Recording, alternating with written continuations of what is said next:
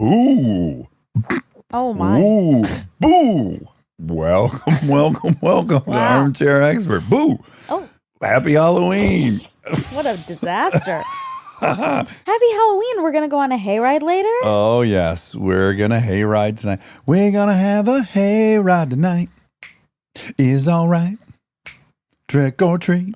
Oh, well. Today, having nothing really to do with Halloween, I don't want anyone to think we think that she's scary. No, she's not. No, Gwen Stefani, very safe, very not scary. So fun. Oh, it was just a real pop-out. That's how I can tie it to Halloween. Yeah. Gwen was a pop-out. Yeah. Just a party. I don't feel like I've heard much long-form stuff from her, so it was really cool to get to chat with her for that long. I agree. I've been around her socially, and then I've seen short interviews with her, and then this was a whole new side of Gwen that I got to see with you. It was so fun. I really enjoyed it. She, of course, is an award-winning singer, a songwriter, and an entrepreneur. She currently has out a very bold, very exciting, very individual beauty line called Give, spelled very confusing, Gxve, Give.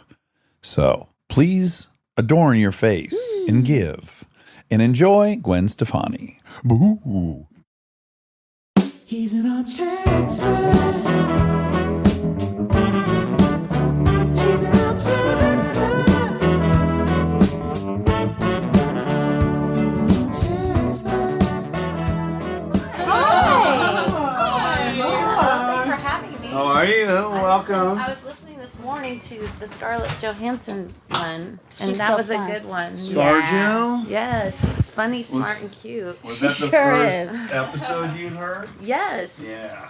I'm late, I guess. No, you're right on time. You're a hit. People are podcast people or they're not. Honestly, I feel like I'm just becoming one. I'm dyslexic, so I don't like read. So So, sis. so then I started getting into like audiobooks. Yeah. Trying to get smart. Yeah. I haven't really listened to a lot of podcasts, but I guess it's the next. It's your entree in. Oh, okay. You know how much juicy stuff just happened? Dyslexia, getting smart. Yeah, it's so true. I got a little sweat barrier. to Yeah, that. good. First of all, welcome. Secondly, I don't know why. We've been doing this for 4 years. First 3 years, no problem with the leather. 4 years you've been doing this? Yeah. So- 500 episodes. Scarlett was 500. That's right. That's fucking crazy. Never sweat. Like this leatherness wasn't an issue. But the last 6 months, I can't sit in this chair without my back getting wet. Oh. So as you can see, I've employed a little makeshift barrier today. Okay, got it. See how it goes. Okay, so dyslexic, I agree. What's weird to me about your dyslexia is you got diagnosed like 2 years ago, like officially. You know about it? A research. Girl, my He's all job about is to the research. learn about Like, you. what? Oh my God, it's so private. This is already a disaster. Just a real-time update. It's not going well with the barrier. Okay. It's all I wadded. think you need to get one of those, There like, we go. I don't know, those like kind of sheepskin things you put in cars. Cabbie's best friend. Yeah. That cab drivers in New Yeah, York you used need to to get have. that. Yeah. Back Like- in the day, there was a whole art form to cabs that's been lost with Uber. Remember I'll the just ones say. that were like the beads? I The never could beads? understand the beads. Oh, like they would- hanging? No, they were like the seat things made out of like wooden beads. It didn't seem comfortable to me. And they're called Cabbie's best friend. To make them I guess it must increase circulation. They're sitting all day long. you're We now right. know this is dangerous to sit all day long, right? You're supposed to get up and Yeah, you get blood strokes. clots. Strokes are But imminent. also beads. I thought you were more talking about the decorative No, beads do you that remember the- occasionally. no, they were the oh, I know. seat- That's yeah, the okay. cabbie's best friend. We're on the same page with that. I was like, I don't know. She probably is too young. I missed out on the beads. I didn't spend much time in cabs, unfortunately. But how'd you get a diagnosis? I haven't really gotten diagnosed. Okay. It's more like a self-diagnosed, but I've done so much research on it now. In Yeah. fact, I just read a book, audio book called Learning Outside the Lines, I think. Okay. And there was another one that I read called I'm dyslexic, so I can't remember. Yeah. Now all of a I'm sudden, not kidding. you're like, I'm dyslexic. I don't know how to put on Yeah, shoes. I don't know I'm how to- dyslexic. I can't drive. I do. I do it for everything. And it's actually real. But I did read this one, and it was the dyslexic advantage. And it was talking about the different types. And I was like, ooh, what am I? And I feel like I'm more like the dot to dot. And my gift comes from being able to sort of like if you say one thing, I'll figure out how it connects to something else and how it connects to, and that's how I do everything. And I didn't even know it until I read that. So wait, there's different variety of dyslexia? Yeah. The book was really cool because it talks about all of the benefits and the gifts that come with it. And then, of course, it's super frustrating and it doesn't go away. And my biggest issue when I read is I start at the beginning and then I skip and skip and skip. And then I'm at the bottom and I'm like, shit, now I have to go back. So it takes me so much time. And then I get distracted. Do you skip or do you do what I do, skim. which is, skim, you said? I skip and skim. A mixture of skipping and skimming. But what happens to me is... Why are we talking about this? Because I talk ad nauseum about my dyslexia, so this is my favorite topic. So I'm not skipping or skimming. I'm reading, right? But I'm getting to that next paragraph, and I'm like, I didn't get one item out of that. My eyes moved across the letters in a predictable pattern, and I looked at all the letters. Is it because you're starting to think about other things like drift, or you're reading it, but then it's just not sticking? The way I would explain it is, there is one thing of just looking at the word and seeing it and going, that's the. Then there's a second layer that requires another gear for me to then internalize what all those symbols meant. Right. If that makes sense. Like, I could be reading out loud to you and I could be pronouncing the words and stuff, but then there's this other version of me reading, which is actually like staring intently at each word for an extended period of time to really know what I'm taking in. It's slow processing. So when somebody's talking to me or I'm reading something, the processing time is way longer. And so like I'll be way back over on a word that you said before and like have this whole world around it. And then I'm like, oh wait, go back. What did you say? And it makes me feel silly, but it is who I am. And obviously I got where I'm at. So I'm You're doing fine. Yeah. But yeah, no, I think I discovered it in about third grade. I can remember looking around at the classroom and everyone knew what was going on but me. We're like reading James and the Giant Peach and I'm like, I'm sinking and I'm just going to pretend like I know. And I sort of faked my way through school. Or how about when the teacher's on the blackboard, right? And all the info that everyone's supposed to receive today is happening on that chalkboard. And so it's all being revealed. And I'm like, what is all that up there? I haven't gotten anything out of this. No, I would be in a world of just doodles. I would have these dreams about like... World of Doodles. That should be your new autobiography. Okay. World of Doodles.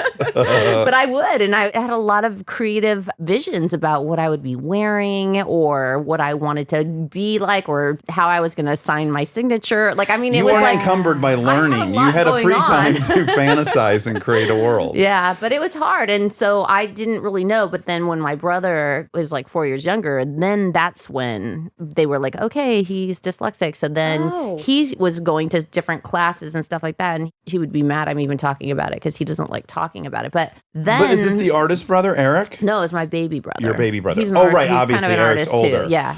Okay, right. So I'm of the exact age it started. So I was funneled out of fourth grade maybe and put into special We're ed. talking about this. I haven't had an in-depth conversation publicly about it. People know it. And to the point where like if I would tweet something and they'd be like, oh my God, you spelled it wrong. And I'm like, of course I did. You know what I mean? Yeah. But Can't spell. no, I'll never be able to. Who needs spelling anyway? We have spell check. And But go ahead. autocorrect. So you were saying that you were the one. I was like the guinea pig. They sent me to the learning disabled room with the other disabled kids. They were trying some techniques. I don't know that they really knew what they were doing. I Yeah. would feed these cards into a machine. There'd be a little outline of a cat on it, and it'd say cat. I'd put it in this machine and it'd go, cat.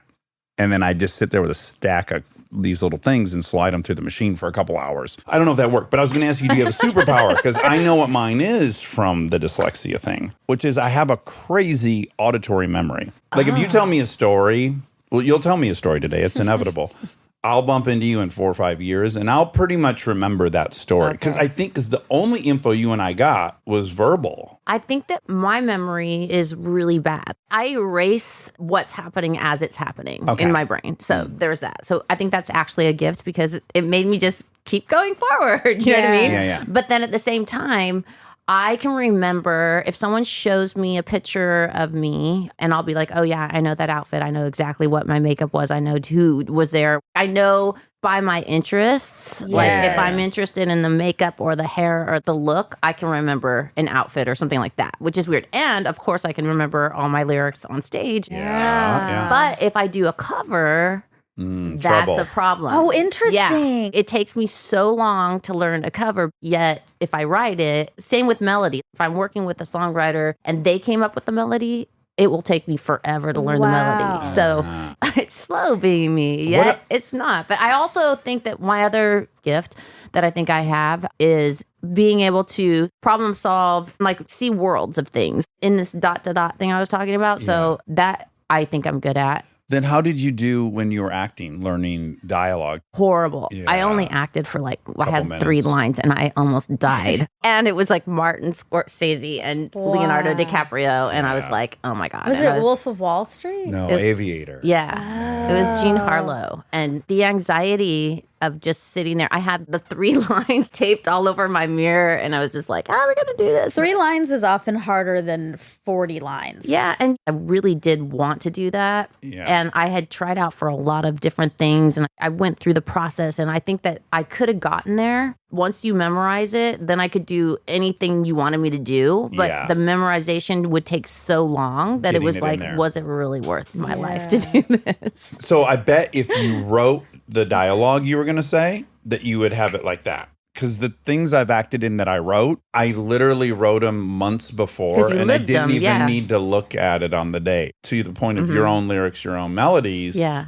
If you create them, they're kind of in you. Yes. Yeah. Okay, so now my immediate next question is, what the fuck do you do on The Voice? Because don't you have to read cue cards and teleprompters? This is my nightmare, teleprompters. Yeah, teleprompters or speeches. I got like a D in speech in college. And people would be like, oh, but you're so this outgoing. and that. Good at and being in front of people. But it's like, it's different because when you read, it's intimidating for me. And I think it's more because of the processing, because I don't have any time to be like, okay, I'm going to ad-lib in between here. But I got way better at it. On The Voice. Yeah, I have faith in God, right? God is my God. God is my God. I've watched a lot of interviews with you, and God comes up in every one God of is them. your I like God. this guy. Can I be honest about that really quick? Sidebar. Yeah. I was going reverse chronology. So I was reading newer interviews with you, and then I was going back in time and reading older ones.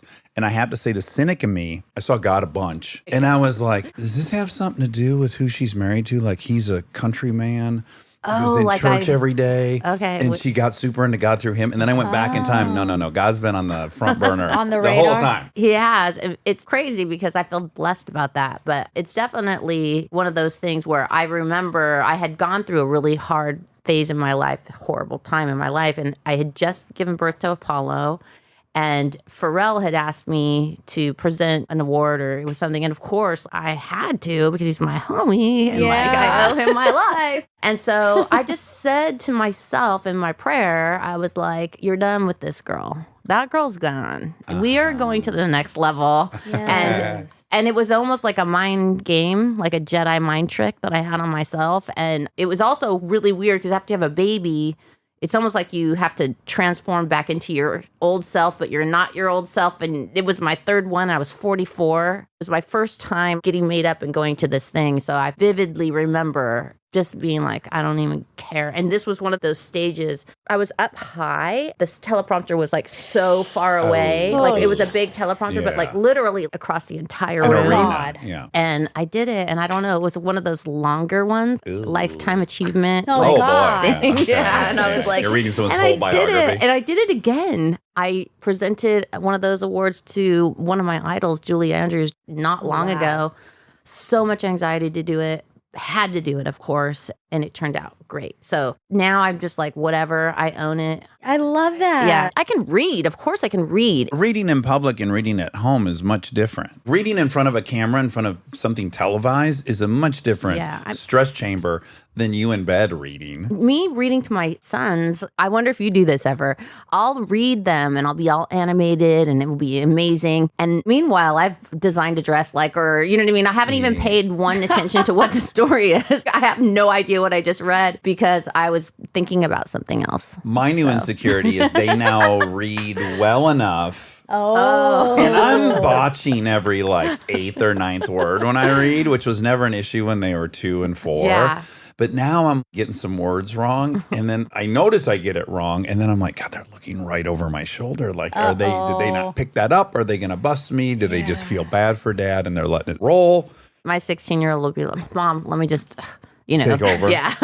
So the thing that I thought was cool is I was reading that Malcolm Gladwell book, David and Goliath, and it said what was known forever, and when I grew up knowing, was that dyslexics had 2 times the rate of ending up in prison. Well, that's funny. I read this book, I think it was Reading Outside the Lines, about these 2 guys that had separate lives. One was ADHD and one was dyslexic, and how their lives were derailed by their situation. It was really sad. You know, they got into drugs, all these things, but then they ended up at school, Yale or something crazy like that. And they made this book to teach people that have these disorders, gifts, whatever you want to call them, how to live in this world that we're not really part of, right? And how do you go to college and how do you manipulate the system? Sure. And so this is what the book was. It was actually so cool because they were so punk rock the way they talked about their lives, and like, it doesn't matter. It's awesome. You feel like an outsider. I identify with being an outsider, and it's just one more outsidery thing. Yeah. But in the Malcolm Gladwell book, it said that data was known for decades, the twice as likely to go to prison.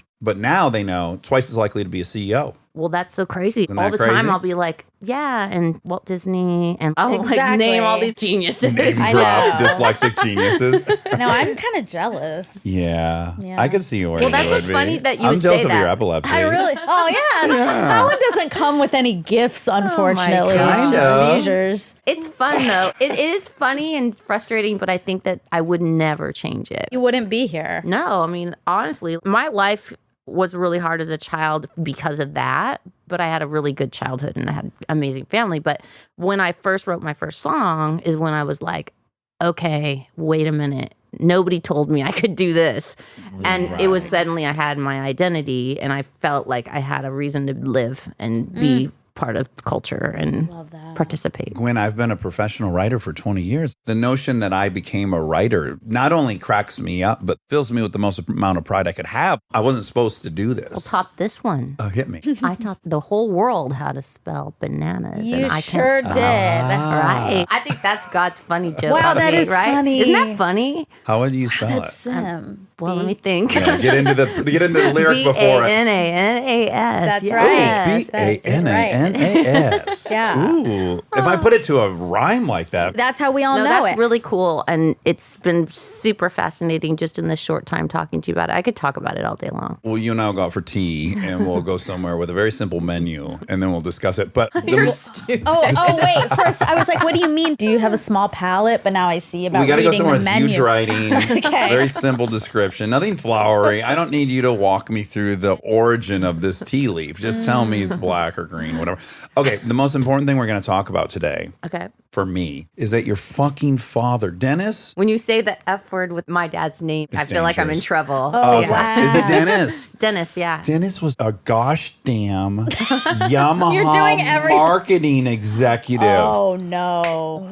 Do you know how into motorcycles and Yamahas I am? Did you No, have I didn't know titties that. dirt bikes all over your property at all time? No. What? No, he worked in the marketing Yeah. thing or whatever. I know these guys. I'm friends That's with how many I got of them. super into Japanese culture. Because, really? Yeah, because my dad used to go to Japan every year. And remember, back in those days, we didn't have the internet. Yeah. So Right. it was like, if you wanted to see Japanese culture, you go to the library and get an encyclopedia, right? You didn't have good cable. No. I think no, you're like 2 years older than me or something, and that came on the scene late in life. you watched Family Ties and Sesame Street. You Green didn't- Acres on a So sick for day. me, I was like, wow, so interested in, he would bring home treasures, Japanese things that you just didn't have here. It was just so different. well, But he the was high Yamaha up thing- if they were sending him to Tokyo. You know what my dad did do? He worked on the Wave Runner and the Riva. Do you remember Riva? the scooter. Yeah, 50cc. Very my dependable to compete with He the knows- Honda you've Spree. opened That up was a the competitive lot. vehicle to Oh the my Honda God, he Spree. would freak out. Oh, you had a spree, though. I had a Honda Spree. Yeah. Very, very, very good machine.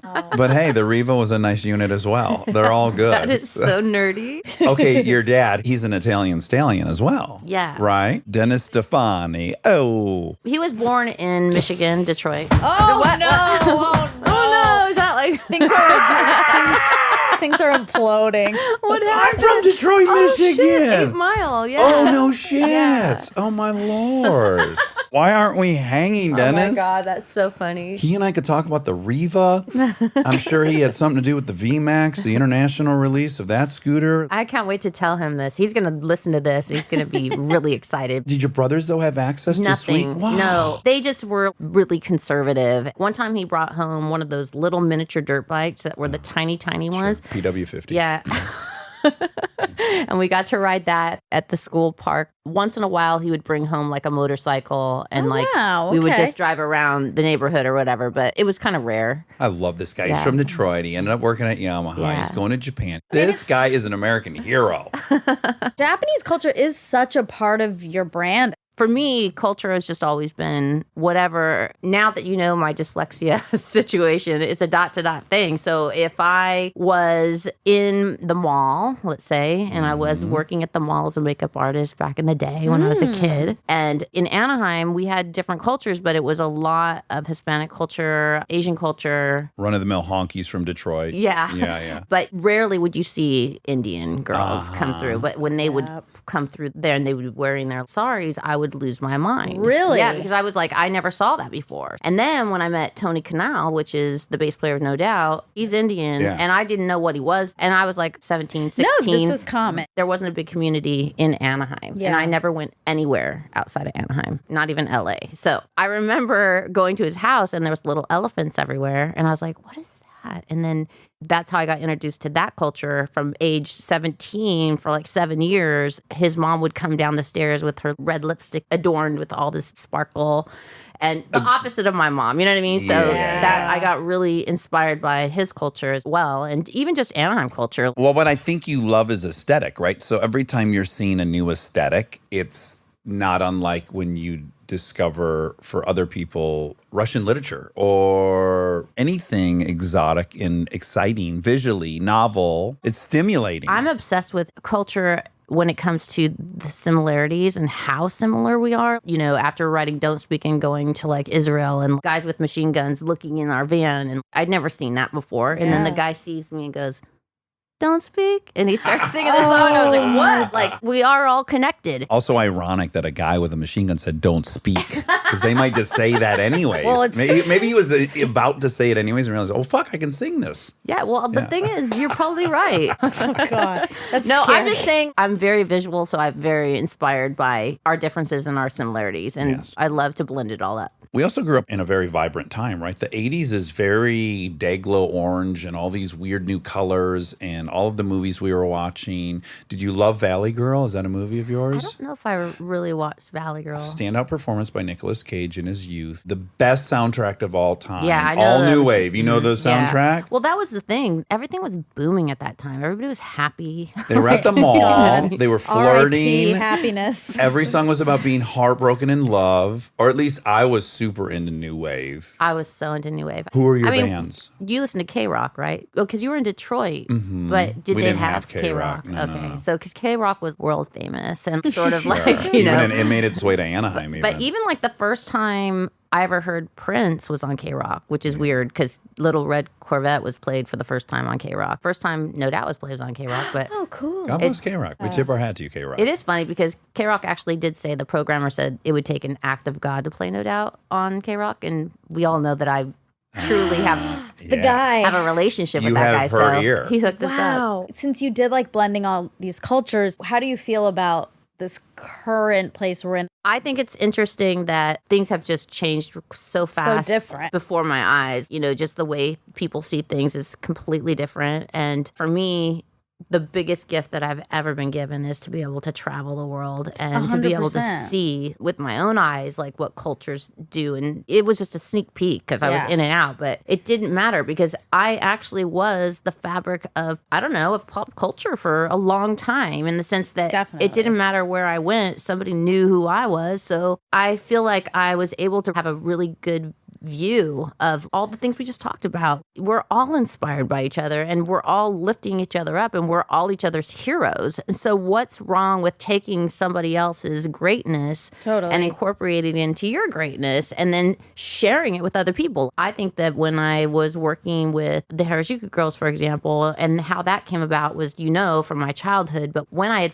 finally gone to Japan, it was in the 90s. I had heard so many stories about Harajuku from my dad and like the Elvises and just the way girls dressed. And I finally was there. I couldn't believe I was like, there. I'm connected to this. I'd waited my whole life. Yeah. And so the style, for me, it was just so cool how Japanese culture is so traditional, yet so futuristic at the same time. Yeah. And then they were also so attention to detail and very so performative, artistic. Yeah. right? And so I was just very drawn to that and also so disciplined. Everything about the culture was just so fascinating to me and so different. When I was doing my first solo record, the first song that I wrote, I went in, I'd never written outside of No Doubt. I was quite insecure about doing it. I also was going to work with a woman, Linda Perry, and she was like outrageous. And she had just done that beautiful song for Christina. So she was like the writer to write with at the moment. I went in the room and I was telling her how insecure I am. And I just don't know if I can write. I suck and all the stuff that I do. And then she says, "What you waiting for?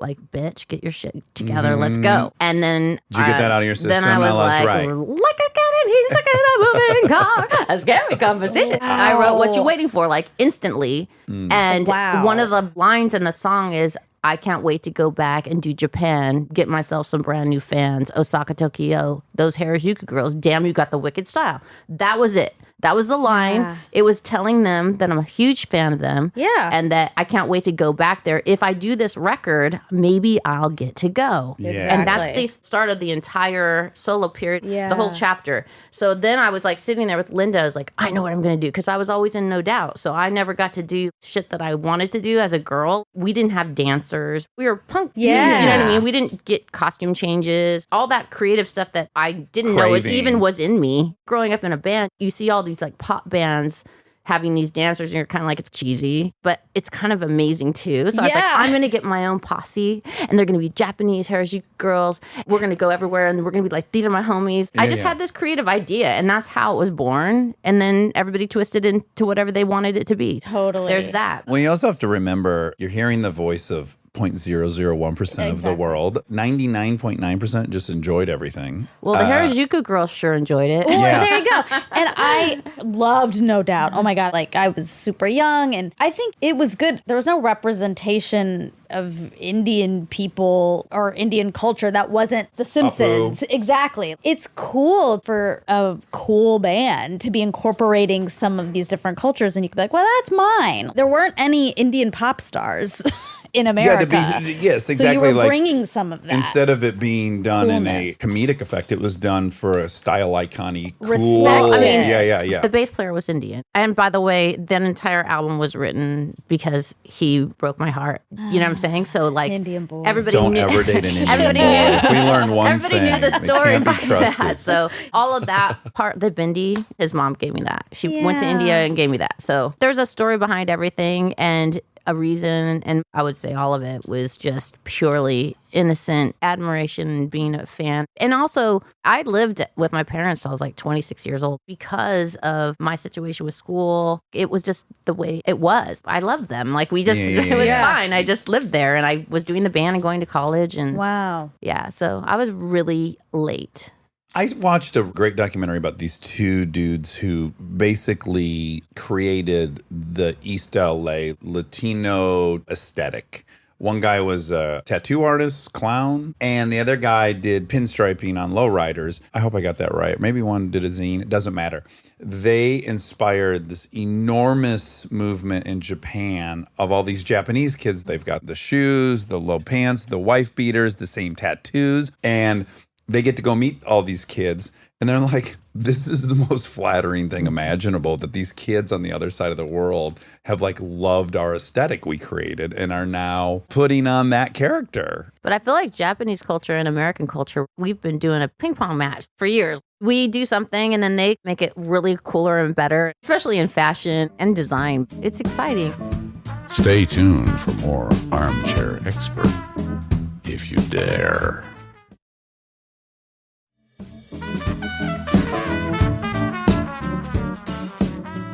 Okay.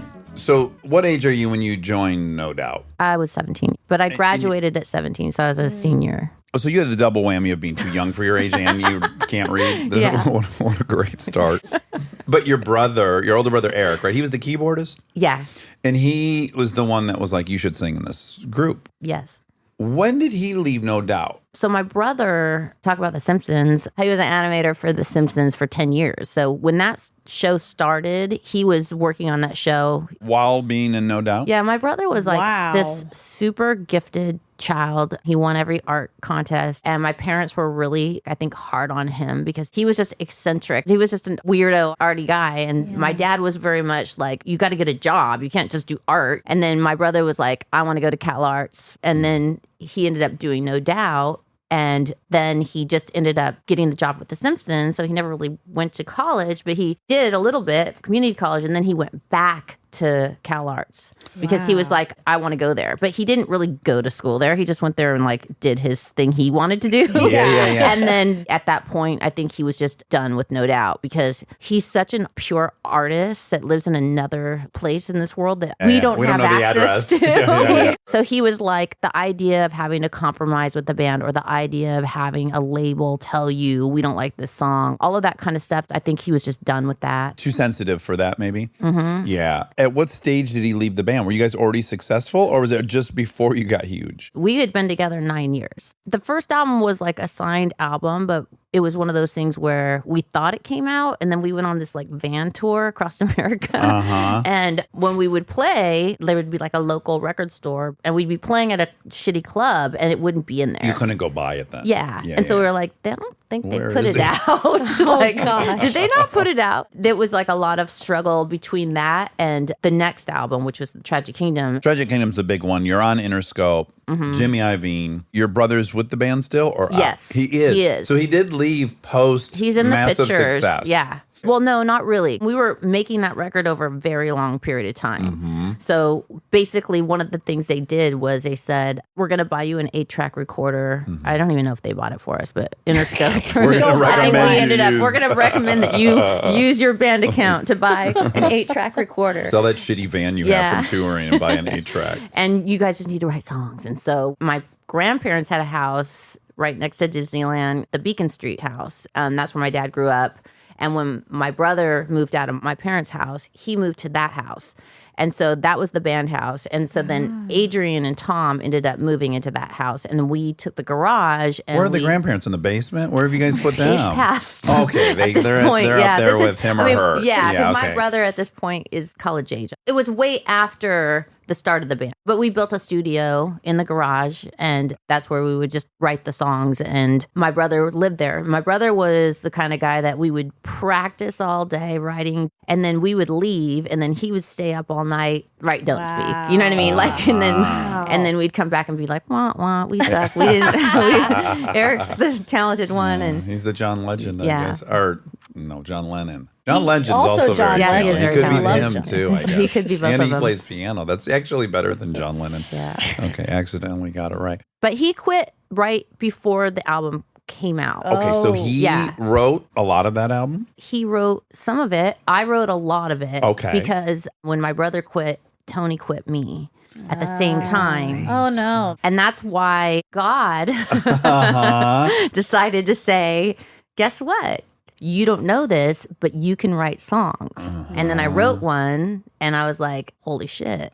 I feel like I might have lit a fire inside of my heart right now. But hold on, because this is something incredible that happens in your history, which is you're in this band for 9 years, whatever. You're playing at record stores. There's no record for sale. Then your brother quits. That's a huge source of security within this band. And then Tony, this evil Indian boy. No, ever oh my God, date an stop. Indian boy. He hates They're all Indian people. evil. Dax does. This is the Hassaminages of the world. So he breaks up with you. So now you don't have a brother, and now you have to work with your ex-boyfriend. And right at that moment, you think you're going on tour for like a month or two.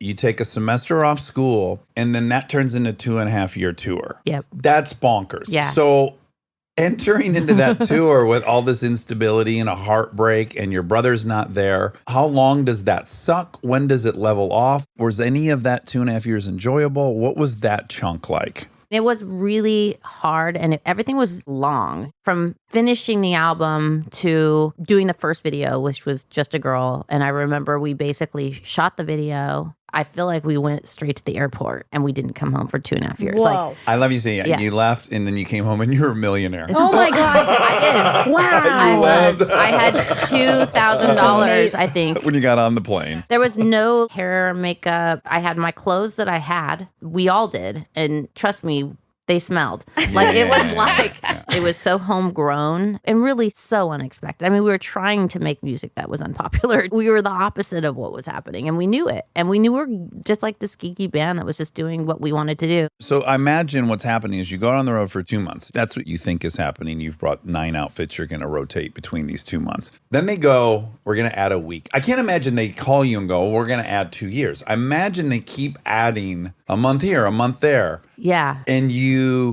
almost inadvertently end up 2.5 years later. Like, I can't imagine they hit you with, we're going to add 2 years to this tour. Well, this is what happened. This is what gets even weirder, just in my personal life. So when Tony breaks up with me, I am desperate to just be friends with him still. I love him and we have a band together and we've created a life together. I was dependent on him because he was everything. He helped me sign my checks. He helped me make sure I had a key to my car. Like Indian as boys a are the best boys. They're good boys. Now we've They're the turned the best corner. boys. You But should definitely we're talking find about them. dyslexia. Like Yeah. one of the real Yes. reasons is because he filled in the gaps for me as a Yeah. human being. I needed that so bad. So then when we went on tour, it was really, really hard because you have to remember I was so obsessed with him for so long. And girls started to dress like me and it was really cool. Yeah. But it wasn't super cool when you would go backstage and they would be back there making out with your Yes, using your look yeah. to catch and it was Tony's like, eye. It was a really challenging time. And then reverse for him,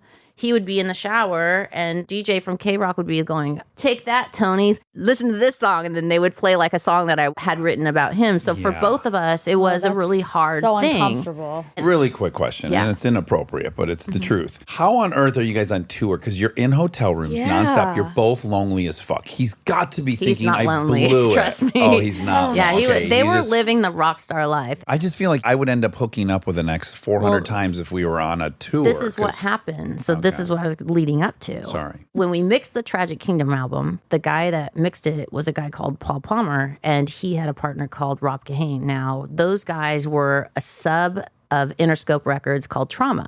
The only band they had was Bush. They loved the Tragic Kingdom. They asked Jimmy Iovine if they could have the record and work the record. Jimmy goes, sure, we don't know what to do with them. And then they ended up taking us on and kind of signing us and saying, you're going on tour to open for Bush and the Goo Goo Dolls. So you two had a pretty quick, immediate new interest as well? Yeah, I mean, Yeah. I feel like the first day of the tour, he had a plan. He had a plan. He had so an appetite. Okay, so really- you guys are both probably hurting each other, you and Tony.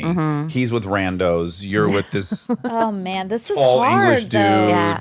right? Everyone's getting hurt. It was everyone was really hurt. How long is everyone just hurting before it dissipates enough that now you're just on the road and you can kind of enjoy it together? at Well, all? there was a lot of other drama. I mean, the band would say too, and we made a video about it. Don't speak. Then my star started getting like because I was it was You're my way hotter than story. the rest of them, Well, it yeah. wasn't that. I think it was the story that people were connecting to, Yeah. the Yes. lyric. I which didn't mean is- to diminish. yeah, I was just no. a joke. You have a lot of value other than being much hotter than those guys. You know You're what? also writing better Please songs. tell me I'm hot. Yeah, I love you're it. a smoke show. Yeah, yeah. Yes, you are. No, but I swear to God. So then there was like a lot of that going on too, because it would be like, oh, we want Gwen for this, but we don't want the guys. I'm sure they felt jealousy. And did you feel guilt? It's hard when you're in a democracy the entire time having to vote for every single thing. Everything's equal, but you're not equal. It's Right, like, and you have different I'm pressure. a girl and I have to do all these extra things. So there was a lot of that going on, but we had a lot of fun and we just couldn't believe it. I mean, you could imagine. After 9 years. That's after the 9 best part. You years. guys are like the Beatles who played in those strip clubs for like a decade before they were the Beatles. Yeah, it was incredible. When you were getting pulled in all these different directions and you guys are still equal in the voting way and all that. And I would imagine you didn't feel guilty as you just covered. I felt more like, oh, they want you on the cover of whatever, 17 magazine, but you can't do it because if we're not going to be on it, you're not going to be on Oh, it. you felt restricted. I felt a little bit restricted. And then But you had to question the motives. Like, well, Yeah, but then Right. we worked it out. We had solutions like, okay, if it's going to be a fashion thing, then you do it. And then if it's going to be a music thing, we're going to all do it. And we're a band. this is exactly what's yeah. happened between Monica and I. What? Yeah, she's an ambassador and like a model for this cool suit company. No one's asking me to do any of that shit. Yeah, right. The people, That's such a her lie. followers are like, they're super fans and they just get through me. And like, it's all happened here. Such a lie. Everyone's dying to. Yeah, Capriati's wants to do something with a sandwich place. Oh my God, they're on your ass now too? With you. Oh, I You didn't have hear about just- the you have Capriati's sandwiches. offer. You have sandwiches. Okay, I'll take fashion. How fashionable.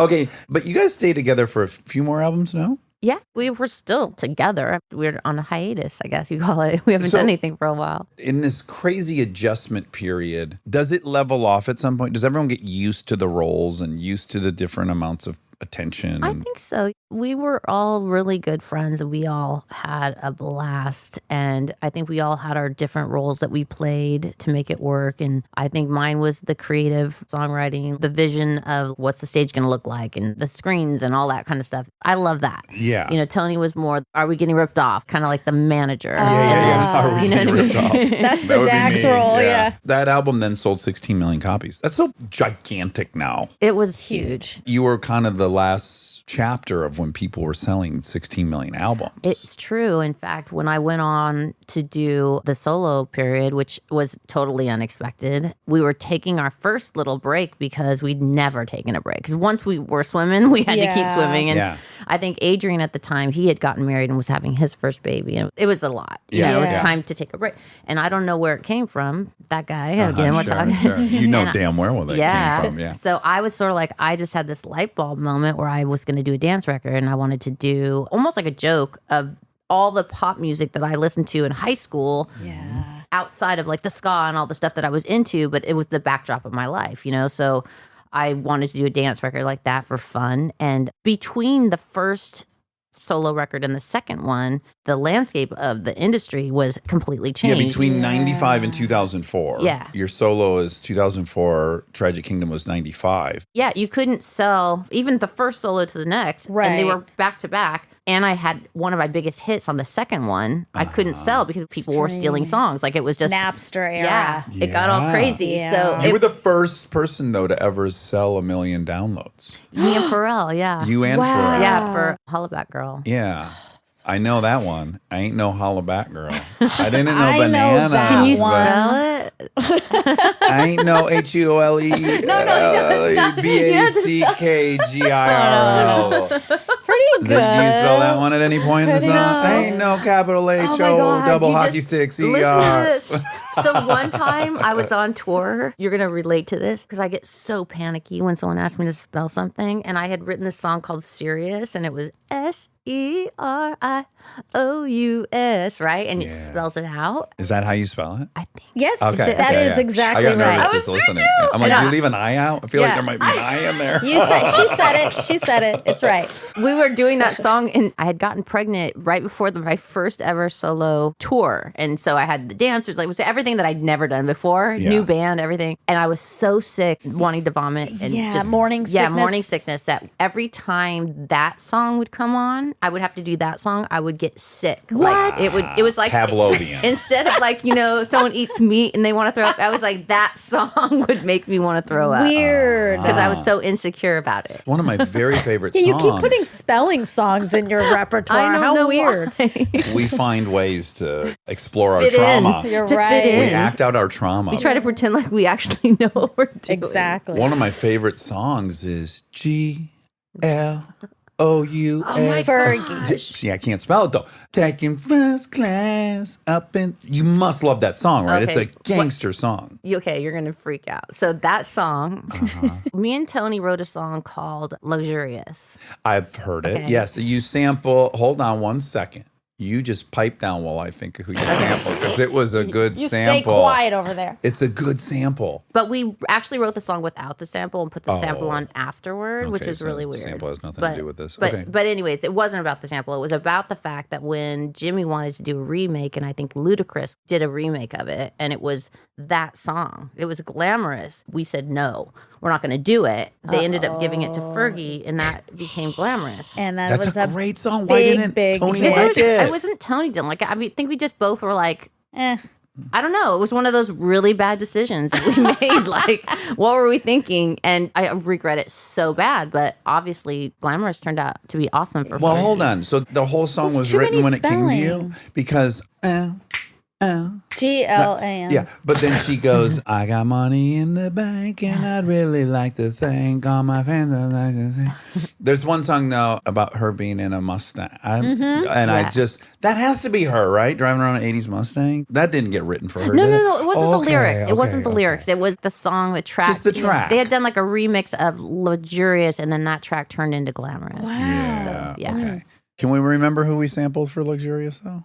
Isley. Isley Brothers, maybe? That sounds right. It's someone I love. What is That's right, Between the Sheets. But Yeah. Making love between the sheets. na, na, na, na, na. Okay, if we have a singer in here, Dax sings 4 times the amount per usual. That's right, because it's on my mind. I And really I like the boldness. I love to sing. I am a bad singer, but I really makes me feel bad good. singer. Right? Like, gee. When you're spelling it out, I feel good. I feel sassy, like I'm a sexy woman up drinking champagne. Okay. When was that moment for you where you were like, I like this? I always liked singing. I was like the kid that was in the back of the car. I knew the words to every song on the radio. I just liked to sing, but Yeah. I didn't think I was a really good singer or anything like that. But I would listen to like the Annie soundtrack or Sound of Music and sing along. And it wasn't until my brother, he would play piano and be like, come on, come sing. And he would kind of make me Yeah. sing. And Wow. so it was not a dream of mine at all, except I did once we were in the band. I was like, I know that if somebody let me, I could do jingles for like Kentucky Fried Chicken or like any. Yeah, like, yeah. I knew that if I could get into that world, Yeah, you Yeah. I crush. could do it. Yeah. Yeah. Your story's a tiny bit like Billie Eilish. Oh, is it? Well, with the brother Oh, yeah, that's producing the true. songs and going like, get your ass in here and sing. Having a cheerleader is so sweet. Do you think you find your way to this without your older brother Oh my God, encouraging? no way. Older Have brother. you given him half your money just as a thank you? He could have been there the whole time. He knows I love him. Yeah, that's Try to cash enough. that. Okay, we're going to jump to the voice. So funny. We're going to first say, I love the Defiant one so much. That's one of my favorite docs. The one with Jimmy Iovine. Jimmy Iovine and Dr. Dre. Yeah. It made me feel super cool that I was in it. Fuck yeah. It's a cool dog, yeah. Yeah. You are because you're in it. I had the same thing. I was watching it and I was like, oh, I think I said this on here. I haven't accomplished one thing. I'm a fucking loser. Like, look at these people who are actually creative volcanoes and giants. It made me feel so small and worthless and less than. But then which it is makes you feel great. inspired Yeah. too. But Although I think it would have happened for me by now. If I was going to have that level of genius like Dr. Dre, you're on fire right now. This podcast is killing it. Also singing. You could be the next oh my Gwen God, Stefani. would you want to collab with me? What do they call it when you invite someone in hip hop onto your album to like blow them up, to give them a little leg up? There's a cool term for See, it. I'm not that cool. I need you to do that for me. I need you to like invite me in and I'll have a coming out. I feel like I'm past the whole hip hop record I'm gonna make too.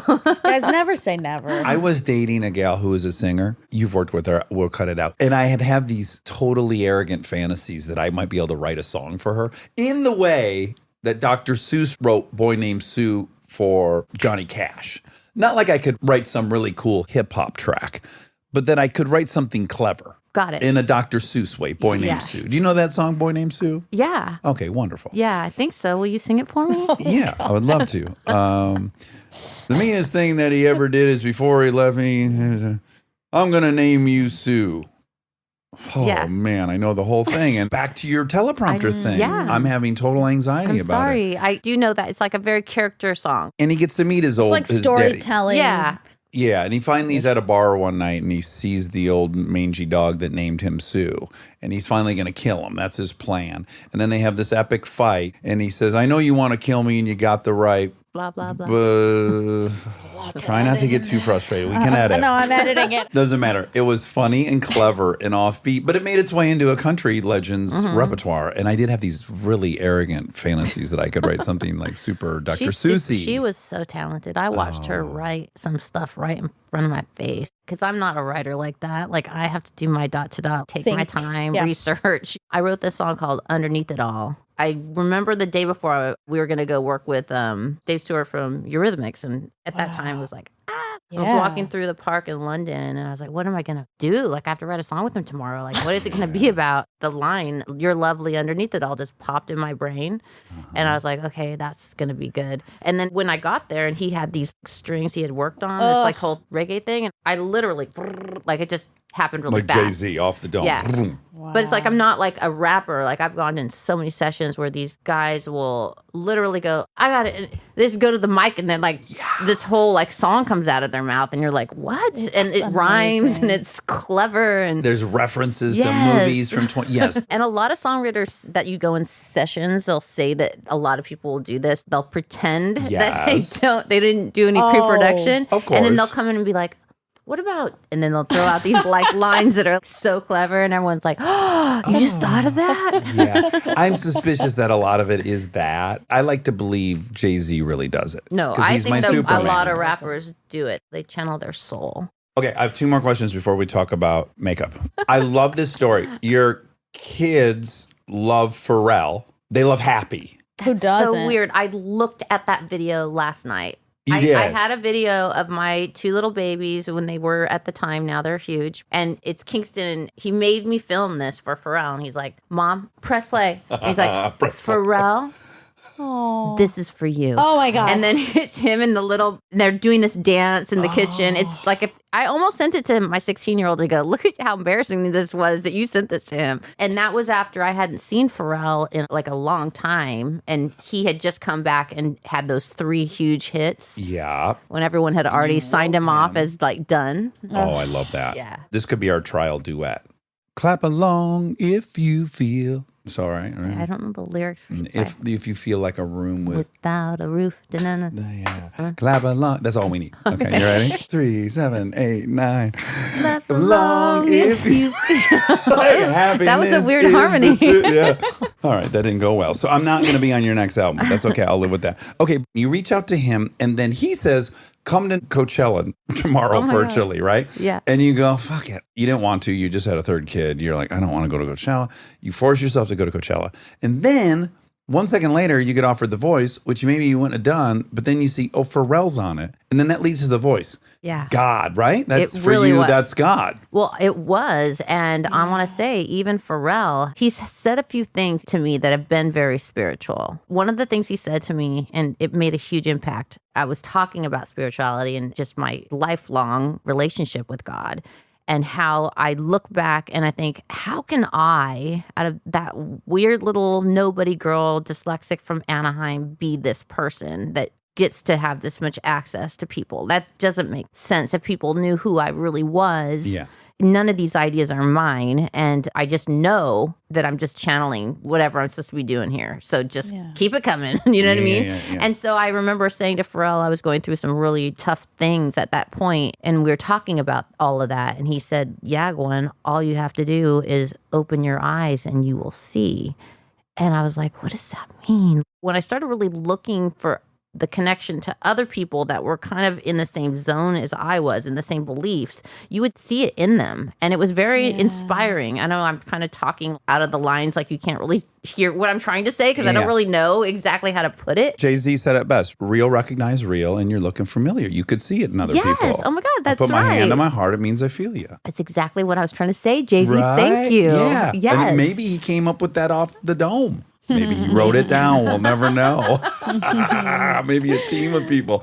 Listen, you say this a lot. I wrote down something, in fact, that you said. I don't know how I feel about it, okay? This is a quote from the New York Times. You just said it, and then I had written down something different, but in the same vein that you had said in 2016 in the New York Times. Extraordinary things have happened to a not extraordinary person, like a regular person, and it keeps blowing my mind. I want to know... And this is a true question. I don't have a judgment on it. the insecurity, the belief that you're not extraordinary, despite all the evidence that you are, is it vital for what you've created, or was it in your way? Like, I can tell you, the aliens come down, they look at your life, whatever you think is the answer, they go, oh, extraordinary person. Extraordinary. This person went into singing, they had this, then they went solo, I have then they go on TV. Extraordinary life. I just know that everything that ever happened, it just appeared. And it was like, it really truly was like a mind-blowing thing for myself. Now, not until later, when I got further into my spirituality and actually reading the Bible or actually listening to podcasts of preachers that were explaining the Bible, because I don't read very good. Yeah. Well, even and if you it's can read, confusing. that's It's an very unreadable hard. text. But yeah. like Jesus was onto something. I mean, he had some really good stuff. So what I'm saying is I felt like I could not only admit that I was gifted, but also know that if I didn't admit it, that was kind of disrespectful too. So kind of that whole thing when I said I went to the teleprompter and I was like, okay, listen, get over it. Yeah. You got Yeah. a D in speech in college, You're but you're not here. a D. Like Yeah. you got to Yeah. move forward. You're here, So, you've been here yeah. for 3 decades. But I think that the naive part of me, the way that I wrote, because I was dyslexic, because there was no rules in songs, that it didn't matter how I spelled. I didn't have to follow grammar rules. I just was following my truth, my heart, my story. And every time that I kept being me, which Yeah.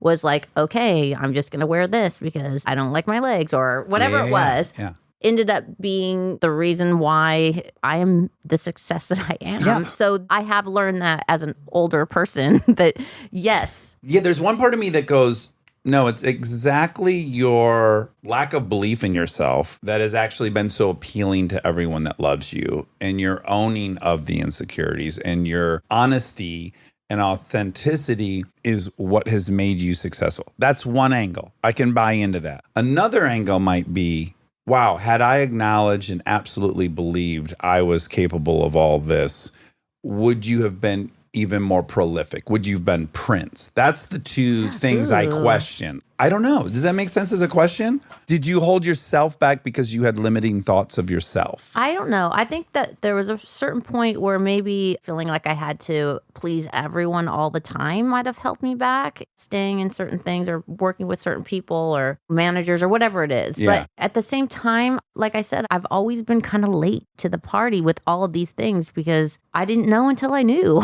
Now I know. So now I'm going to do this. And that made me think of the makeup line because I'm getting some award next week. It's like women that do stuff and inspire people. One of those things where you're like, me? Really? But then I look back and I go, wow, crap. I've actually created a lot of things. Lamb was a clothing line at the time when people weren't allowed to do that in music because it Yeah. would be mean that they were trying to take advantage of you. This I is just did 18 it. years ago? Oh my So God. 2004, I Oh my think. God, Lamb. you made me have a heart attack when you said that. No, it was like 3 years ago. No, it was probably 18 years ago. Yeah. I'm just saying that predates a lot of the things. But it's like when you think about some of the things that you've done with your challenges of being dyslexic, I would never think that I would grow up and have my own business. Yeah, like right. that's just not me. But What- Lamb was enormously successful. it was successful, but it was a license. That's a completely different kind of format where you don't have to do everything and you just say kind of yes or no. But it's still like a whole thing. I mean, yeah. I worked my ass off. And then I did Harajuku Lovers and I did Harajuku Mini, which was like at Target for a while, which I was designing. And I absolutely loved doing all of those projects. I mean, so much. And then I did Lamb Eyewear. I did a company called GX for a while. I love that you started doing eyewear because you realized you needed glasses. Well, I always wanted to do sunglasses, glasses. but then as soon as I finally got my partner with it, I actually needed glasses. Now I don't want to wear them because I'm like, oh my God, I feel old when I wear glasses. But Stay tuned for more Armchair Expert, if you dare.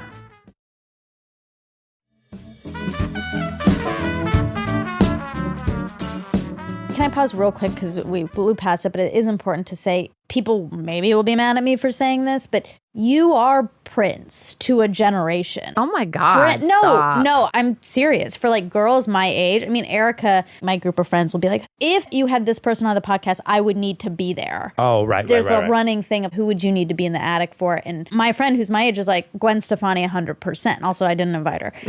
But Oh, Brie. also Brie. So my girlfriend of 9 years, and this actually dovetails beautifully into your makeup because I think you appealed to a very specific girl. So Brie, unbelievably beautiful. Monica just met her for the first first Just met her time the first time. last She's Sunday gorgeous. at Houston. So was running. Erica. So was Erica. But Bree was drawn to the punk rock aesthetic. She wanted makeup the way I wanted a mohawk. I wanted to distract you from my face, which I didn't like.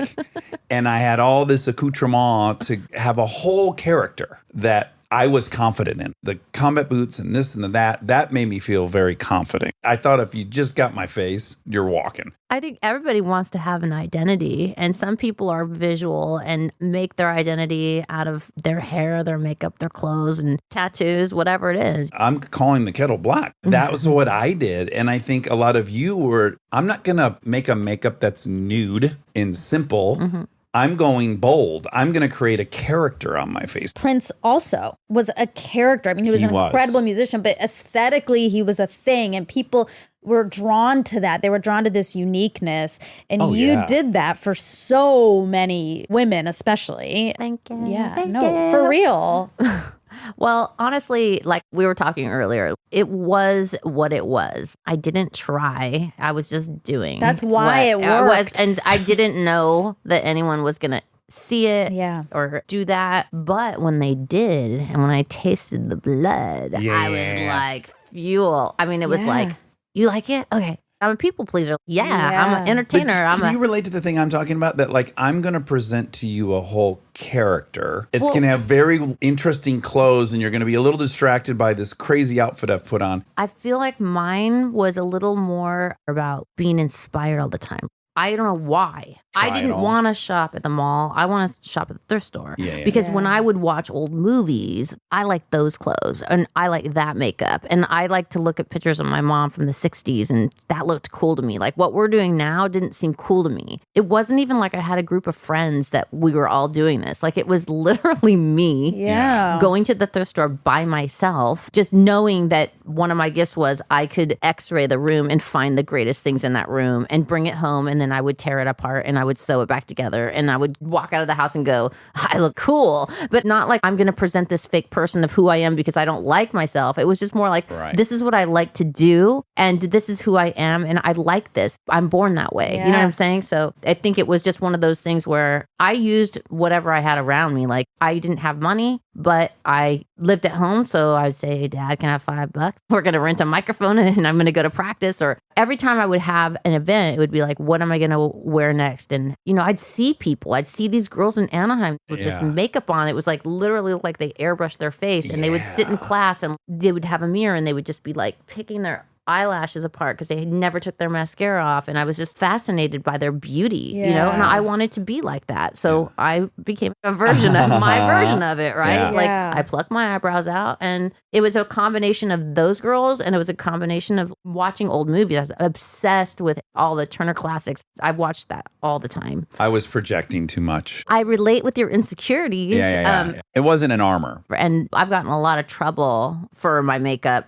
and I still do. Like, why are you wearing a mask? What's underneath there? What are you trying to hide? Oh, you're just going to school pickup. Why are you wearing that makeup? That's disgusting. Like, who are you? You know, we all read these things about Yeah. ourselves. Since I was a little girl, I was obsessed with makeup. First of all, tell me how to pronounce it, because again, we already went over this. Give. GXVE, give. Yeah. Okay, great, give. But let the listener know, give is spelled GXVE. Yeah. That's because when I was in high school, I started signing my name all the time GX, like G with a kiss. Oh. So I actually did have a line called GX for a while. And so then when I was trying to come up with a brand name, it's really hard these days. We just came up with Give, because with makeup, what I always say is when I was working at the makeup counter back in the day, and I wanted to be one of those girls so bad. And I finally got to, and I was at this really like dollar mall where nobody bought expensive makeup, but I was on the expensive makeup brand that nobody bought. But people would come in and be like, I want a makeover because I'm going out tonight and I want a free sample. I would do makeup for people, and I loved it. I don't know why I was good at it. No one told me how to do it. I didn't take a class. Yeah. But I could do it. So this girl came in with her husband, didn't speak English. She had a birthmark on her face. She had a brand new baby. And I remember putting her makeup on. The feeling she gave me and the gift I gave her was this moment of hope. She looked in the mirror. They were almost crying. And because she felt like she never saw herself like that. Maybe it's a temporary thing. Like when I got ready for you this morning, did you do anything this was special? me giving a gift to you. I wore blue eyeliner. And you know what I'm saying? I know, like it's I feel great. like I thought about that. And Yeah. I could have come here with no makeup on, and that would I have been would've a punched different. That would have been a you. different kind of Get gift. out of here. Go put your face on and come back. Love you. You are hilarious. Yeah, it is a gift. It to is. show someone what they can be. Yeah, and also I don't put my makeup on and sit and stare at myself all day long. I did it for you guys. I think the beauty community has been just so cool in the last 10 years since we have online. And the thing that I love most about being creative and creating something and putting it out there, whether it's music or designing something, when people get a hold of that, your identity, and they make it their identity. This is what we've been talking about all day. Yeah, exactly. Like I designed these handbags back in the day for Les Sportsec, and it was right when Lamb came out, and they were these black and white bags, and literally couldn't walk down the street in New York without seeing one. It was so incredible. Yeah. But they would own it like it was their idea. It was such an incredible thing. It's just like the music or like these girls dressing up. So with makeup, the difference is that I'm creating all these different products, and when people get their hands on it, it's really fun to see what they do with it. I have this community now of makeup lovers that are equally as obsessed with it as I am. And they're doing stuff with the makeup that I wouldn't do. And of course, they're them. So it's just really a fun But I do think thing. yours is different than all the other ones I'm hearing about because everything is like, you don't see it, it's nude. But yours is specifically and explicitly bold, which I think is cool. It seems like that's a hole in the market. I think that there's trends on makeup and what's popular, and everybody wears whatever they're comfortable with. Sometimes they push and they didn't know they would be comfortable in red lipstick. But I think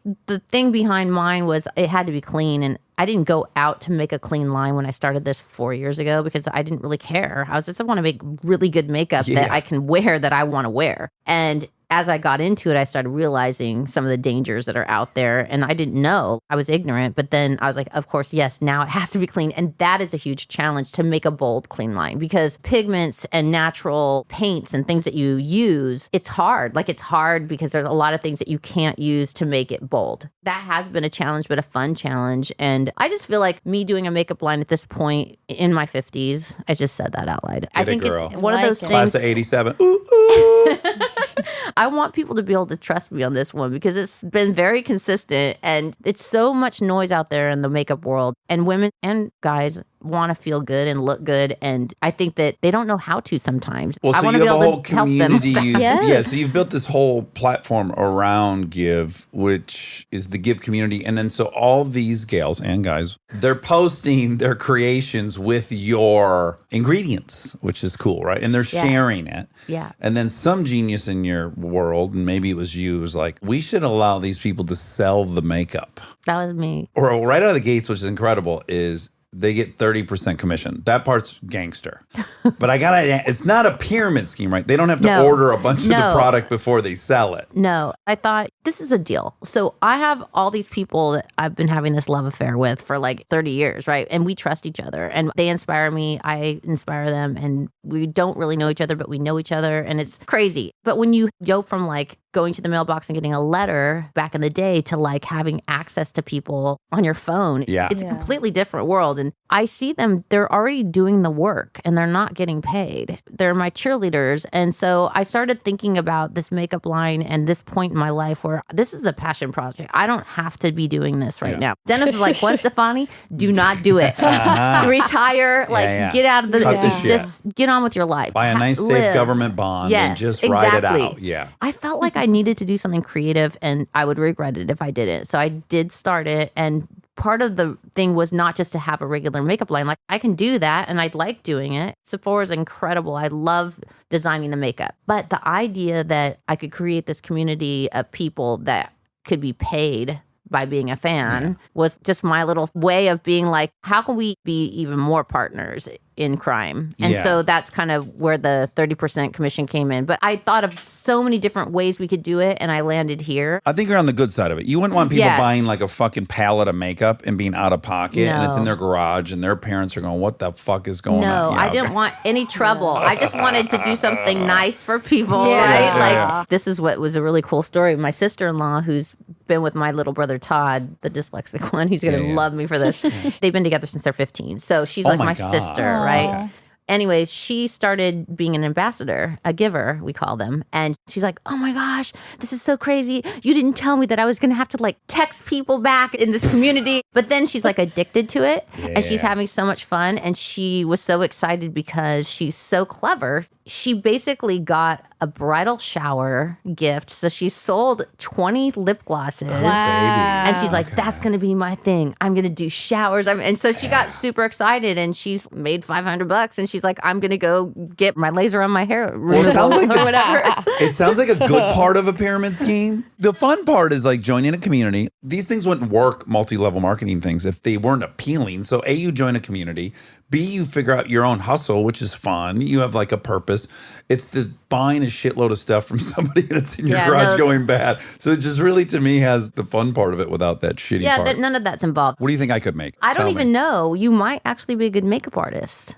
Probably not. Do you know Jeremy Renner is an incredible makeup artist? Do you know Jeremy Renner worked at a mall and he made women feel incredible? He's like turning women's lives around with his artistry. It was the most adorable thing I ever heard. Honestly, this stuff can make people feel, I mean, I know what it makes me feel like, and we all need to feel good and confident, and I don't know, I love it. How do people go to the community? What is it, its own app or is it? Yeah, there's an app and you can go in there and then you sign up. You can go in there and you can post, you can talk to each other. I'm on there all the time posting, and then you just get paid instantly. As soon as you sell, it comes right to your phone. So it's like, awesome. It's been really exciting. And there's a lot of people that I follow that have just been No Doubt fans or fans forever that I know by heart, because you start following people and you kind of get to know them. And then I watch them become givers and watch them have all of a sudden this new identity. It was just really fun to watch. It's just brand new. It's only come out like a month ago. So that's cool. So cool. My last question. I've had so much fun. You've hung out with me socially a few times. We have a mutual friend, Robert. We've been up at Robert's house several times together. Oh, that Robert. I was like, which one is he? Robert Downey Jr. Iron Man. That's the second biggest grossing. I was movie star thinking of all about time. it today. I was trying to remember which, because I also remember seeing you in a parking lot more recently. Where the fuck was that? You know where that Japanese restaurant, Yen, right on Coldwater and Ventura? There we go. I think it was right there. Right by our friend the Hansons. Yeah. We were leaving the Hansons. We had parked, in the Weird Valley thing illegally, and you were happening to be, yes, I remember this entirely. Yeah. But then also we've been up at Robert's house for a few kids' parties, birthday parties. So we've hung out socially. And I just wanted you to rate that. Did you find that, like, did you think I'm a good hang off air? I think people are curious. I think that you were, but now I'm a super fan. Okay, No, look great. at that. Now I got to talk about myself in front of you this whole time. I'm a super fan. I'm glad that you give it. You said A+, I think is what you were I think she don't said remember- 100. I don't want to quote you directly. Okay, Gwen, this has been radical. On behalf of Erica, on behalf of Bree, you really have made so many girls feel And me. beautiful and Thank fun. you. Yeah, but you're right here to say Yeah, but you're talking. it's impossible not to wade into some personal stuff between Monica and I. It's always It's part of the fun. It's part of the fun. Yeah, I love We've it. always some evolution of our friendship is always unfolding in front of the guests. I feel like you were mad at me earlier because when I ran into you, you didn't want to talk. I was so nice to you. We were in the middle of our workout. Okay. You don't stop a I workout. ran into Dax on a And workout me and my and I best got childhood scared. friend were on a walk. We try and keep our heart rate up. Hi. Oh my God, I love your car. It looks so sexy. Boy, you got a lot of stuff. Oh, okay. Yeah, it blew your ass up. Okay. But then we had to keep that heart rate up. Of course. So anyways, you're on the tail end of that How would you mix read up. that? With Got it. Gwen Stefani, Thank daughter you for of Dennis. being here. Most importantly, Dennis.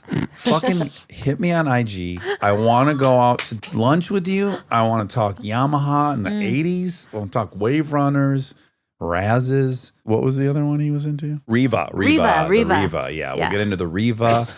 I'll be the first person you meet that's interested in all this. So Dennis hit me up. Gwen, such a party.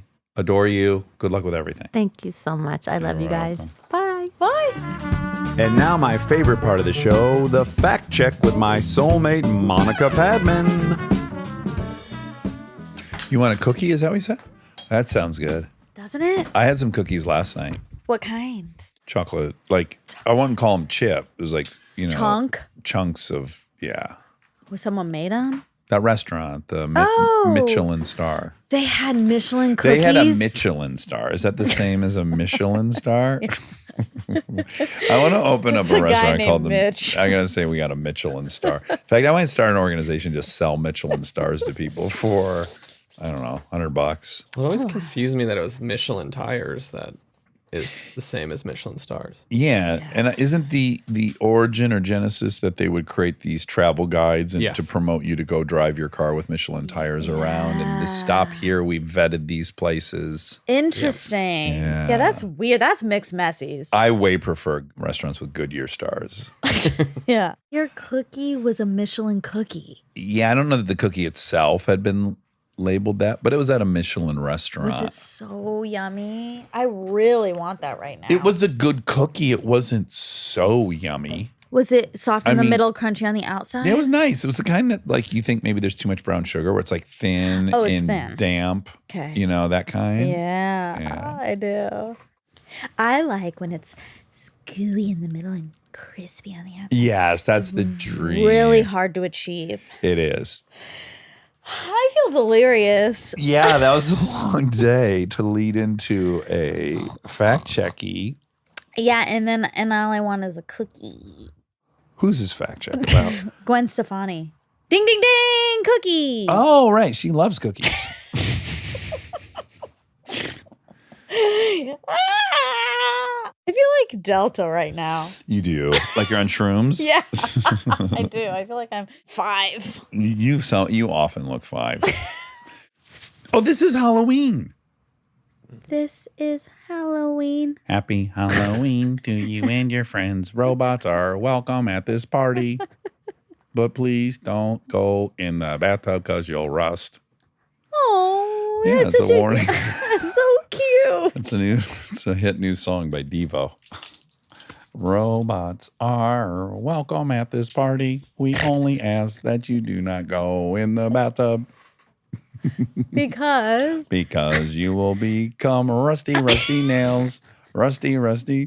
I don't know. We need a chorus. I We just need a liked bridge. it because you were looking out for the robot. Yeah, of course. It was sweet. I know the water looks Okay, I think- inviting, but you are made of metal and you will seize up. Like me. Yeah, it's like the snowman in Frozen. He wants to go in the sunshine. He doesn't know better. You're right. We've just as old. This is The a time. song This is is a wine. tale as old as time. It's a tale as old as time. It also reminds you, conjures up the Tin Man wanting a heart. oh, He wants to get in the tub like human boys do. Does he? I mean, that's what didn't the Tin Man wanted to be human. He wanted Yeah, he a did. heart. He wanted a heart, but he didn't want to get in the tub. But that's what boys do. Well, if I had a heart, I could get. If I only had a brain. That's not him.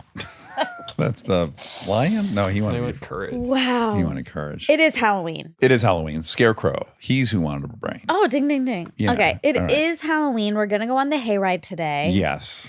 Are you going to tell the story of how you... Preparing my trailer. Yeah. No, you're laughing because it was so boring, and the idea that I would tell it all on here is what's making you laugh so hard. No. We were having a lunch. I There was nothing loved else to it. talk about at lunch, so I just brought it up. I loved it. Okay, so my trailer, which we are probably in right now, Yes. um, Woohoo. has been sitting since its last voyage, which was to convey an off-road vehicle to some location. So the trailer's sitting in the corner of the thing. It's got a razor on it with a cover and a battery tender and all this bullshit. So first I got to get that off of there. First I got to wait all day because there's a cement mixer in my yard that prevents me from getting the truck up to the trailer. Yes. Finally get the truck hooked up. I get the razor off. I sweep out the trailer. Next order of business, the trailer has a railing that is about a foot off the deck of the trailer, but it has posts that keep up the railing. It's not solid. It's not a box. Right. And for the hayride, we need a box. The hay will just fall out the side of the trailer if I don't have a box. Yeah. What to do, Monica? You tricked me here. I am telling this boring story. My solution ended up being finding a TV box behind the house. Yeah. I cut all the cardboard into the right shapes. I bent it. I nailed it to the deck of the trailer, which thank God is wooden. Yeah. I created my whole box. Then I thought, well, that looks ugly. You can see cardboard from the outside. So then I painted the whole trailer Yes. so that the boxes would match the trailer. All that was a 4.5 hour endeavor. You're leaving to out. I prep. mean, I'm glad you're leaving.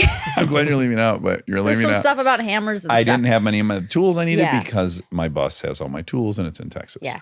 And you had Carly's. Then I go to Carly's. Then I had to ride my electric bike to the hardware store to That's get right. staples. Yeah. Because I have an electric staple gun. Guess what?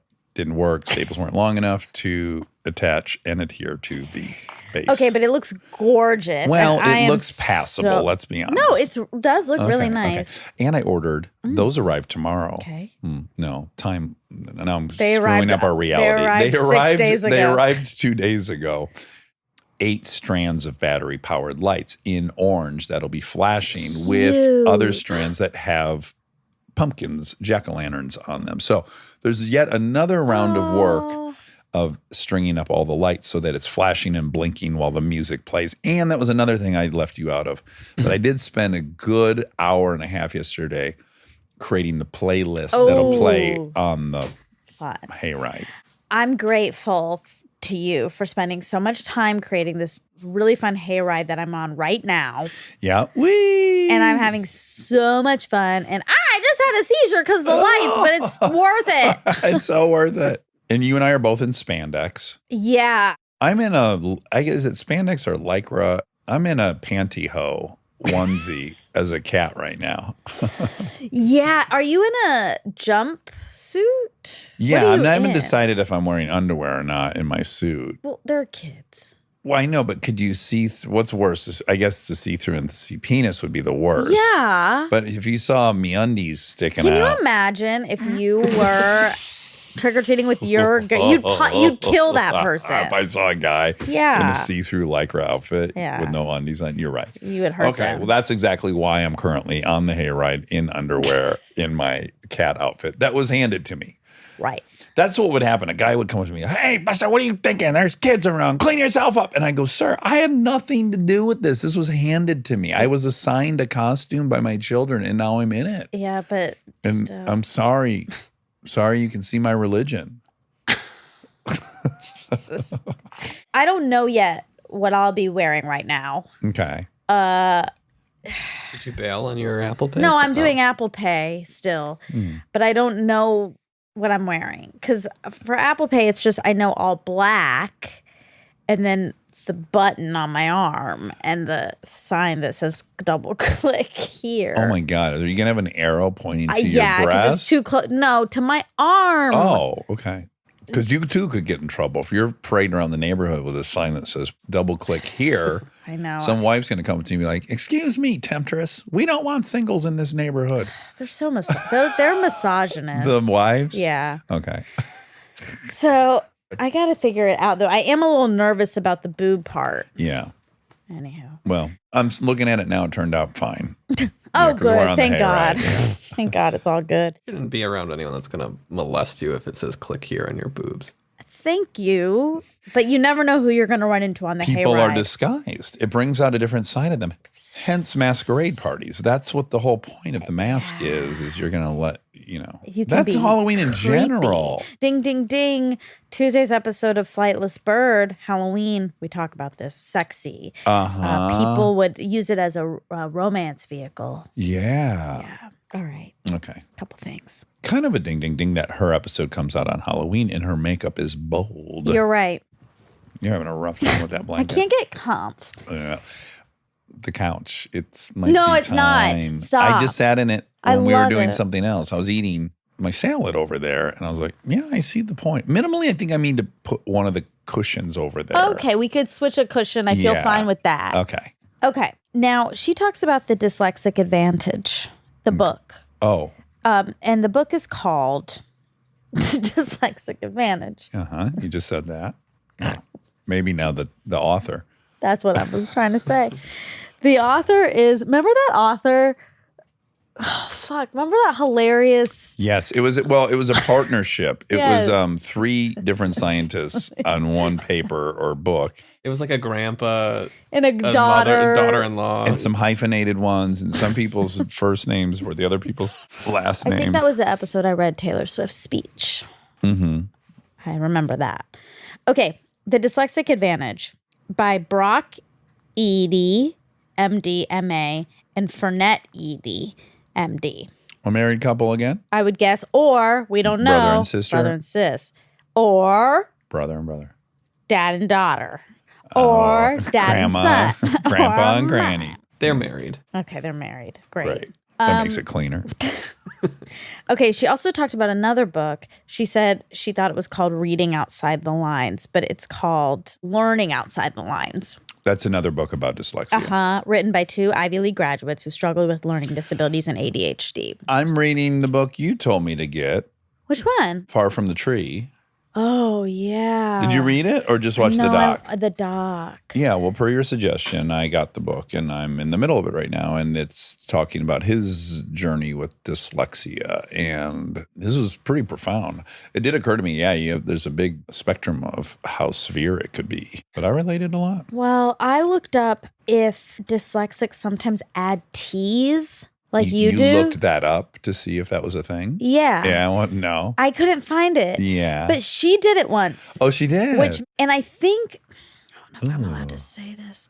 Sure, stereotype us. Another, it's not a stereotype. I think it's cool if you guys all do Have that. our own language. Well, like, it means there is something very specific happening causing that. Yeah, T's are popping up everywhere. There's another podcast I listened to, and one of the people thinks they might be dyslexic or there's something Right. potential. And I think one time he said a T, and I was like, oh, that Dax has done that. So maybe you are dyslexic. Uh-huh. What if you started running evaluation clinics and they came in, you're like, you ever pop a T on something? Yes. Okay. And then boom, approved. No, Like, I'm just going to write the word addict on a paper. I'll say, how do you say this? and they'll say addict. Yeah. And I'll say dyslexic. Yeah. Next person. Next. Next up. If you're dyslexic. By the way, we know who you're talking about, you know. Yeah, Andy. Yeah. Yeah. Of course. Yeah. You only listen to one podcast. No, I don't. I also listen to Who, What, Where. Shout out. I love it. Oh, And wow. Second Life. Oh, okay. Sorry. Okay. So you said there was a doc on basically how the Mexican culture. It's called Clown and something. The tattoo guy's name is Clown. Something Clown. Well, there's a doc about this called Homikai. Oh. Japanese gangsta became Chicano. Oh. I thought that's what it was. No, yeah. It's called Clown. about a Okay, let's see. famous tattoo artist and a photographer, maybe also a pinstripe painter. Clown photographer. Maybe the tattoo artist started in pinstriping, or maybe he does both. He's a very famous LA tattoo artist. Something Clown. Mr. Cartoon. So type in Mr. Cartoon Doc. LA LA Originals. Okay. Mr. Cartoon and Esteban Oriol. So Clown has nothing to do with that title, but LA Originals? Well, Netflix is exploring the careers of influential tattoo artist Mr. Cartoon and photographer Esteban Oriol with the new LA Originals. Yep, that's the doc. And it shows the Great. kids in Japan that are... LA Originals doc. Yeah, there's a lot of articles on this. There's a New York Times article on it. And these guys love it. Cool. Did the Beatles play in a strip club for a decade? You mentioned that. I didn't in Germany, know that. yeah. Yeah, the Beatles first played Hamburg's Pleasure Zone Boom. in 1960 in a former strip club near the infamous Reeperbahn. Ooh, Reeperbahn. August 17, 1960, Beatles got together to play their first live performance at the Indra Club in Hamburg's red light district. This is pretty much the most foundational claim of the 10,000 hours. This is from Malcolm Gladwell's Outliers. And there's a whole chapter about how the Beatles had played live for like 8-hour shifts at this club. And by the time they were recording, they had 10,000 hours of having played as a band together or something like that. But that's, I think, about the most persuasive argument in the book for the 10,000 hours thing. Interesting. Okay, so you said there's a cool term in hip hop when you invite someone on your album to give them a leg up. Do you mean featured? Well, that's what it is, but there's a slang term for that. Oh, fuck. Yeah. I mean, I tried to Google it. Featured was what I found, which makes sense, and what Yeah. I've heard. But, imagine me trying to type this in. Let me give it a shot. Okay. So I'm going to say hip hop term for featured on an album. Hip hop slang, dictionary reference. Yeah, all these would require us to go through an entire hip hop glossary, which I'm sure would be it's way hard. too. Yeah. I'll keep my ear out for it. Okay. I'm sure I'll bump into it again. I really liked this episode. I really liked her. Me too. How humble she was. She really gives a lot of credit to her higher power. Uh-huh. And I always find that sweet. You do. I do. But there's a humbleness that comes with that I think is kind of admirable. I admire the humility. Yeah. Big time. Yeah. But then, of course, there's another side of me that's like, well, no, that's you. That's you. So then I have another pull that's, well, no, it's you. And it's okay that it's you. Now, you could stay humble by saying, and I'm a product of these genetics and this upbringing, and that's why I can do it. But that to me is less sweet. That's is, why, yeah. And maybe it's just because I don't have that type of relationship with a higher God. power, so I can't do that. Like, if I'm proud of something that I've done, I do give myself credit for it. Yeah. And I do give I give people in my life credit for it, but I'm not like, oh, I'm just a vessel something's passing through. And I think that's like a beautiful way of looking at your life and your accomplishments. I don't have that. Yeah. I agree with you on all things you just said. Additionally, even if it's not God, it still is something passing through you. All these different things accumulate in this weird mix of genetics and all these different things. And then it does just erupt out of you. Yeah. And I think if you're humble, you can only claim so much ownership over that. Yeah, for sure. I just think what you're saying, and when I say that, it's a different thing than what she's doing. Like she is saying, I have nothing to do with this. Yeah. Yeah. And when I accomplish something, I don't say that. I mean, I do think there's an inordinate amount of luck, all of these things that have come together, my parent, all these things, that have allowed for all of this. But I don't think I am just a passenger on this ride. Yeah, And that God lucky put you me. I like it. I think my hesitation is it's just so happens that it's a lovely statement because she's prolific and inspired and creating. Yeah. But if it's true that God can work to make you that, then obviously it's true that God can make you nothing, or God can make you not inspired or not creative or not productive. So it scares me because if it can create the one thing, then it can create the opposite of it. Yeah. And then to me, that's just a huge excuse. Yeah. So it's like, I do think it's sweet. I agree with you when I hear her say that there's like this deep humility that's really sweet. And I'm something overthinking it, is what it is, as usual. I'm overthinking Because it. it's Halloween. Like if I believe in God and then I hear her and I know that what she's saying is true, and I'm like, well, why isn't God doing that for me?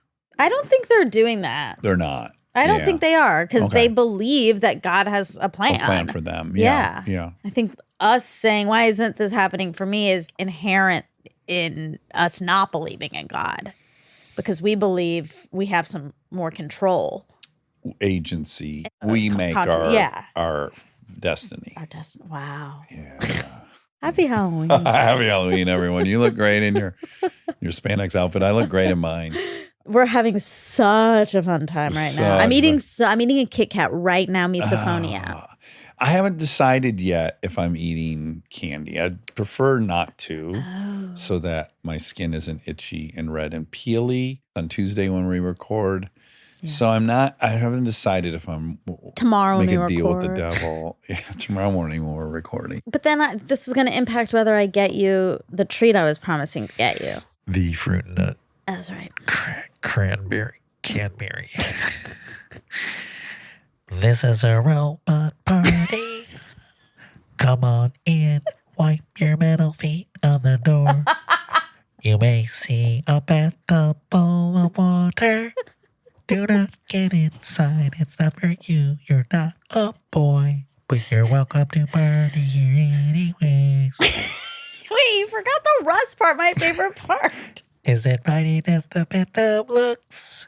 You will become very rusty if you submerge yourself like a little boy, which you are not. But again, you're welcome to party all night. Wipe your metal feet at the door. It took you getting delirious before you could enjoy one of my songs. I'm going to mark this. In my game plan, strategy notes, I'm going to be like, okay, there is a moment I can slide these in. Wait, I love the idea of a little. Wait, you're doing it again. Can I come to your party? God, I already let you do so much. And then you had to keep going. Meep, meep. For some reason, that's how the robot knocks on the door. Meep, meep. I heard the sounds of a party. Meep, meep. You're right. We're hosting a party. Meep, meep. All robots welcome. Why is he knocking over? Is this a party that welcomes robots? You better believe we always invite robots. Okay, Okay. that song is called Wipe Your Metal Feet at the Door. Wipe your metal feet on the door. You I will don't- notice there's Brillo pads to get the stuff off the metal. Okay, that's Wipe Your Metal Feet at the Door by Dax Shepard. Stop. I just love the idea of a little robot wiping his feet at the Yes, and you got to put a little bit of steel wool to get the rust off of his little metal feet. And that's there so they are not tempted to dip their feet in the tub to wash them off. Oh, I see. Yes. Right. All right. I love you. Happy Halloween. Love you. Happy Halloween.